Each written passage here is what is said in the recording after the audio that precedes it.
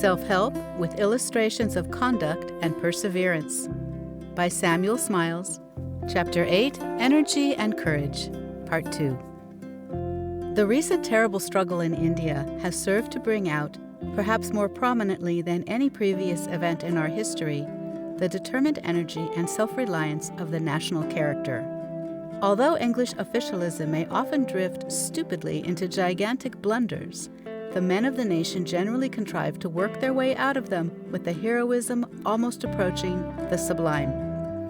In May 1857, when the revolt burst upon India like a thunderclap, the British forces had been allowed to dwindle to their extreme minimum and were scattered over a wide extent of country, many of them in remote cantonments. The Bengal regiments, one after another, rose against their officers, broke away, and rushed to Delhi. Province after province was lapped in mutiny and rebellion, and the cry for help rose from east to west. Everywhere the English stood at bay in small detachments, beleaguered and surrounded, apparently incapable of resistance. Their discomfiture seemed so complete, and the utter ruin of the British cause in India so certain, that it might be said of them then, as it had been said before, "These English never know when they are beaten." According to rule, they ought then and there to have succumbed to inevitable fate. While the issue of the mutiny still appeared uncertain, Holkar, one of the native princes, consulted his astrologer for information. The reply was, "If all the Europeans save one are slain, that one will remain to fight and reconquer." In their very darkest moment, even where, as at Lucknow, a mere handful of British soldiers, civilians, and women held out amidst a city and province in arms against them, there was no word of despair, no thought of surrender. Though cut off from all communication with their friends for months, and not knowing whether India was lost or held, they never ceased to have perfect faith in the courage and devotedness of their countrymen. They knew that while a body of men of English race held together in India, they would not be left unheeded to perish. They never dreamt of any other issue but retrieval of their misfortune and ultimate triumph.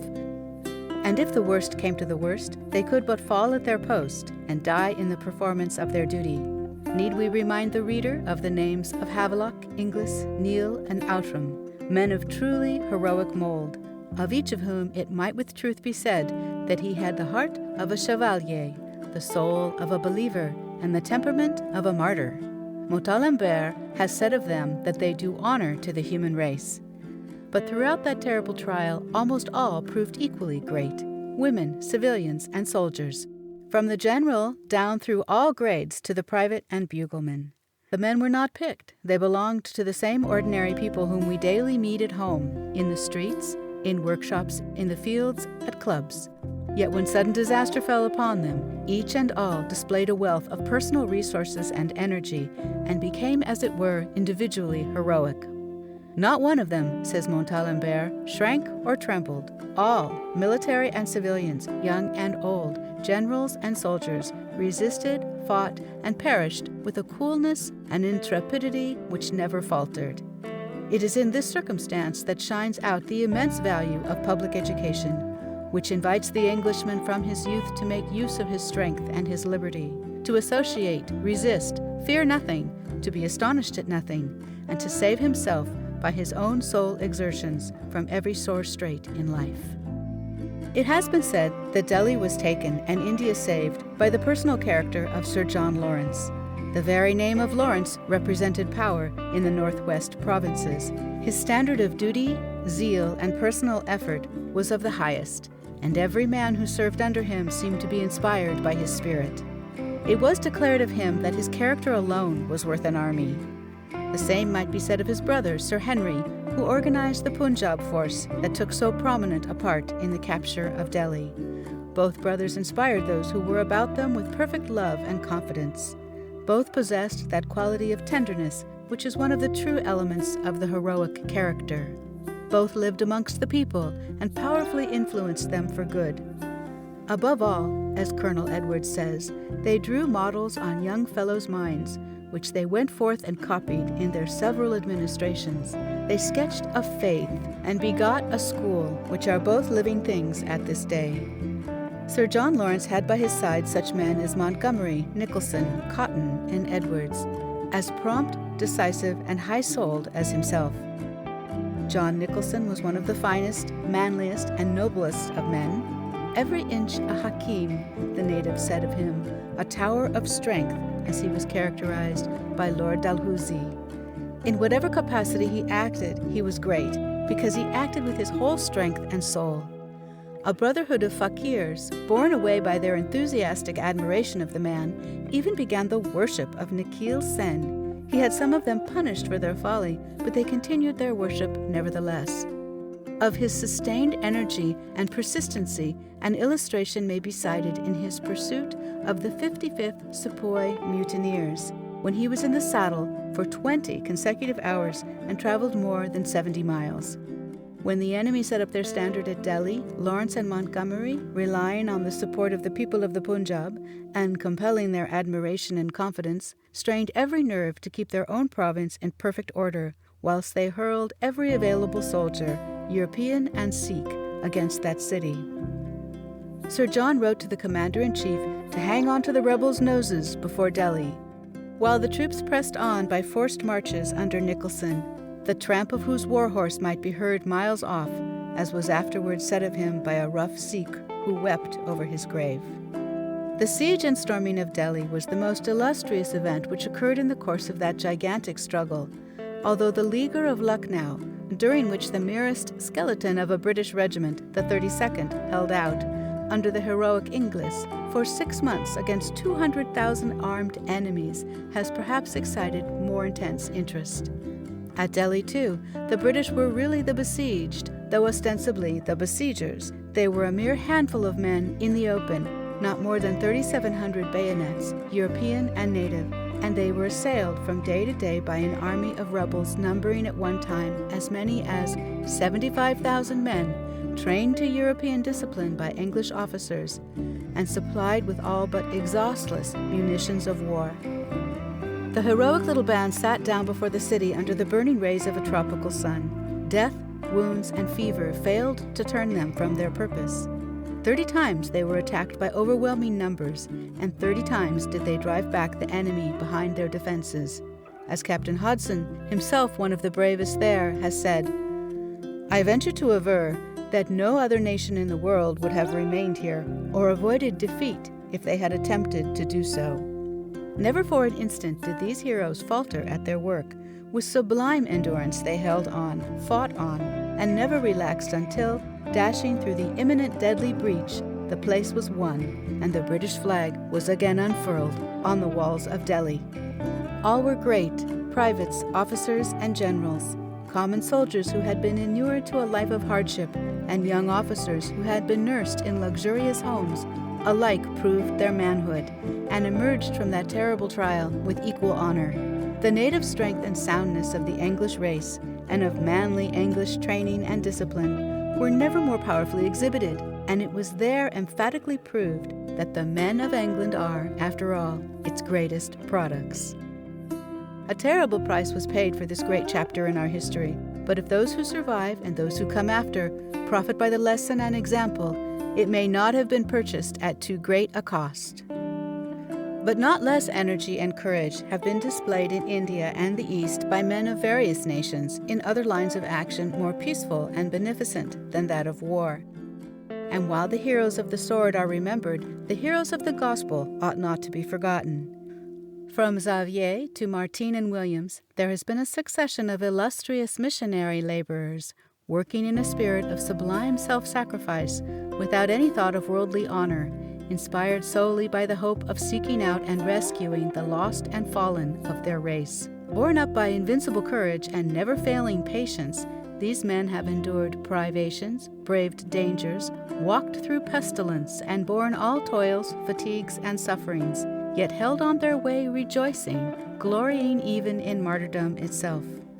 Of these, one of the first and most illustrious was Francis Xavier, born of noble lineage, and with pleasure, power, and honor within his reach.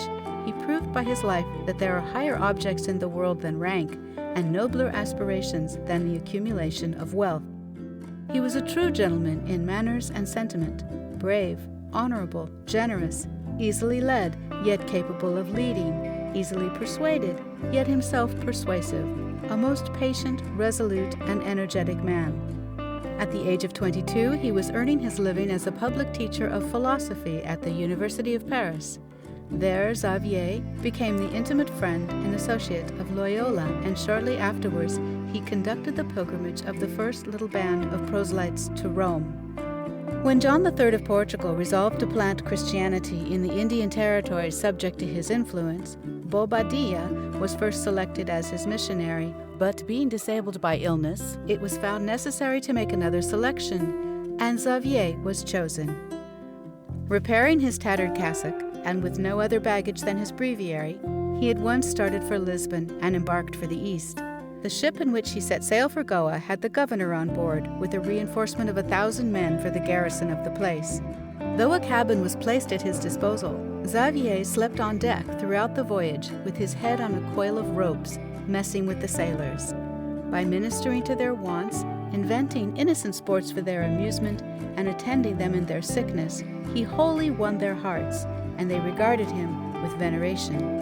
Arrived at Goa, Xavier was shocked at the depravity of the people, settlers as well as natives, for the former had imported the vices without the restraints of civilization, and the latter had only been too apt to imitate their bad example. Passing along the streets of the city, sounding his handbell as he went, he implored the people to send him their children to be instructed.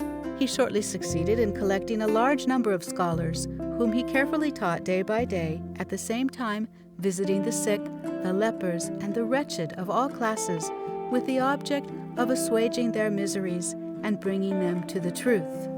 No cry of human suffering which reached him was disregarded. Hearing of the degradation and misery of the pearl fishers of Manar, he set out to visit them, and his bell again rang out the invitation of mercy. He baptized and he taught, but the latter he could do only through interpreters. His most eloquent teaching was his ministration to the wants and the sufferings of the wretched.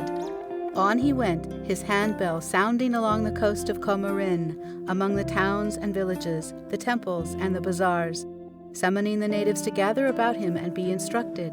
He had translations made of the Catechism, the Apostles' Creed, the Commandments, the Lord's Prayer, and some of the devotional offices of the Church. Committing these to memory in their own tongue, he recited them to the children until they had them by heart, after which he sent them forth to teach the words to their parents and neighbors. At Cape Comorin, he appointed 30 teachers, who under himself presided over 30 Christian churches, though the churches were but humble, in most cases consisting only of a cottage surmounted by a cross. Thence he passed to Travancore, sounding his way from village to village, baptizing until his hands dropped with weariness, and repeating his formulas until his voice became almost inaudible. According to his own account, the success of his mission surpassed his highest expectations. His pure, earnest, and beautiful life, and the irresistible eloquence of his deeds, made converts wherever he went, and by sheer force of sympathy, those who saw him and listened to him insensibly caught a portion of his ardor. Burdened with the thought that the harvest is great and the laborers are few, Xavier next sailed to Malacca and Japan, where he found himself amongst entirely new races, speaking other tongues. The most that he could do here was to weep and pray, to smooth the pillow and watch by the sickbed, sometimes soaking the sleeve of his surplice in water, from which to squeeze out a few drops and baptize the dying. Hoping all things and fearing nothing, this valiant soldier of the truth was borne onward throughout by faith and energy. "Whatever form of death or torture," said he, "awaits me, I am ready to suffer it 10,000 times for the salvation of a single soul." He battled with hunger, thirst, privations, and dangers of all kinds, still pursuing his mission of love, unresting and unwearying. At length, after 11 years' labor, this great good man, while striving to find a way into China, was stricken with a fever in the island of Santian, and there received his crown of glory. A hero of nobler mold, more pure, self-denying, and courageous, has probably never trod this earth. Other missionaries have followed Xavier in the same field of work, such as Schwartz, Carey, and Marshman in India, Gutzlaff and Morrison in China, Williams in the South Seas, Campbell, Moffat, and Livingstone in Africa. John Williams, the martyr of Erromanga, was originally apprenticed to a furnishing ironmonger. Though considered a dull boy, he was handy at his trade, in which he acquired so much skill that his master usually entrusted him with any blacksmith's work that required the exercise of more than ordinary care. He was also fond of bell hanging and other employments which took him away from the shop. A casual sermon which he heard gave his mind a serious bias, and he became a Sunday school teacher. The cause of missions having been brought under his notice at some of his society's meetings, he determined to devote himself to this work. His services were accepted by the London Missionary Society, and his master allowed him to leave the ironmonger's shop before the expiry of his indentures.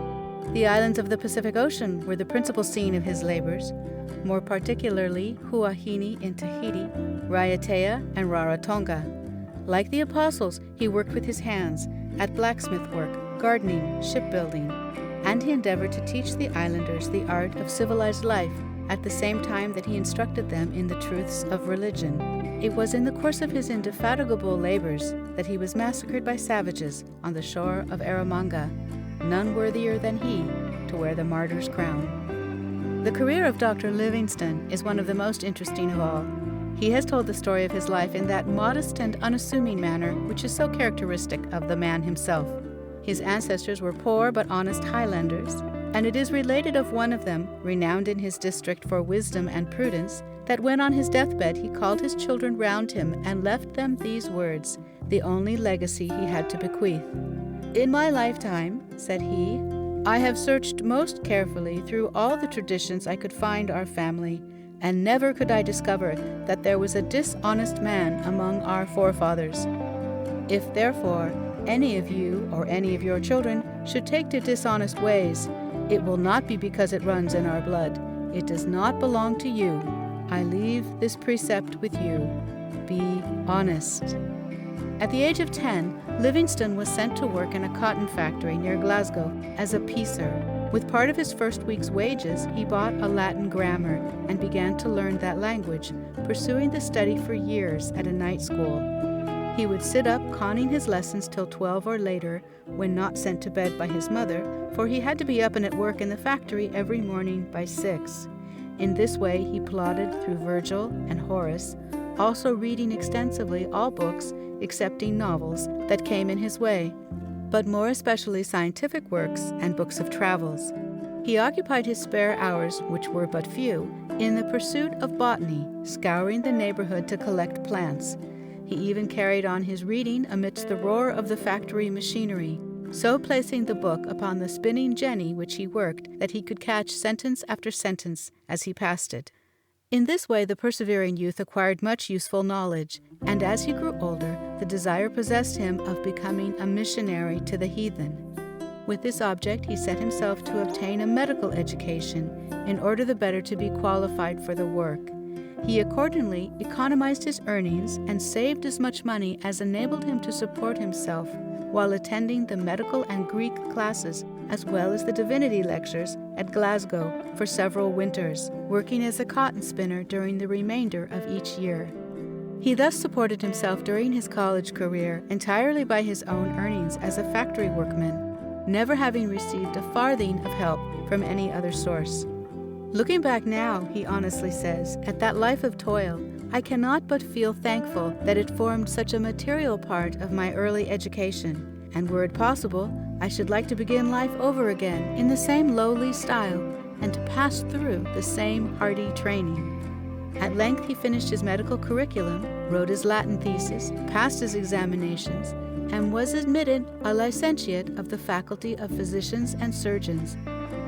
At first he thought of going to China, but the war then waging with that country prevented his following out the idea, and having offered his services to the London Missionary Society, he was by them sent out to Africa, which he reached in 1840. He had intended to proceed to China by his own efforts, and he says the only pang he had in going to Africa at the charge of the London Missionary Society was because it was not quite agreeable to one accustomed to work in his own way to become in a manner dependent upon others.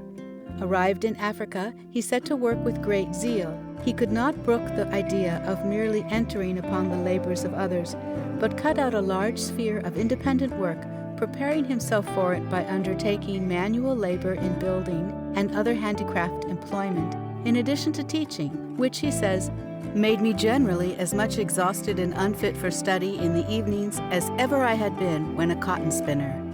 Whilst laboring amongst the Bechuanas, he dug canals, built houses, cultivated fields, reared cattle, and taught the natives to work as well as worship. When he first started with a party of them on foot upon a long journey, he overheard their observations upon his appearance and powers. "He is not strong," said they. "He is quite slim, and only appears stout because he puts himself into those bags, trousers. He will soon knock up." This caused the missionary's Highland blood to rise and made him despise the fatigue of keeping them all at the top of their speed for days together, until he heard them expressing proper opinions of his pedestrian powers. What he did in Africa and how he worked may be learned from his own Missionary Travels, one of the most fascinating books of its kind that has ever been given to the public. One of his last known acts is thoroughly characteristic of the man. The Birkenhead steam launch, which he took out with him to Africa, having proved a failure, he sent home orders for the construction of another vessel at an estimated cost of £2,000. This sum he proposed to defray out of the means which he had set aside for his children arising from the profits of his books of travels. "The children must make it up themselves," was in effect his expression in sending home the order for the appropriation of the money. The career of John Howard was throughout a striking illustration of the same power of patient purpose. His sublime life proved that even physical weakness could remove mountains in the pursuit of an end recommended by duty. The idea of ameliorating the condition of prisoners engrossed his whole thoughts and possessed him like a passion, and no toil, nor danger, nor bodily suffering could turn him from that great object of his life. Though a man of no genius and but moderate talent, his heart was pure and his will was strong. Even in his own time he achieved a remarkable degree of success, and his influence did not die with him, for it has continued powerfully to affect not only the legislation of England, but of all civilized nations, down to the present hour. End of section 21.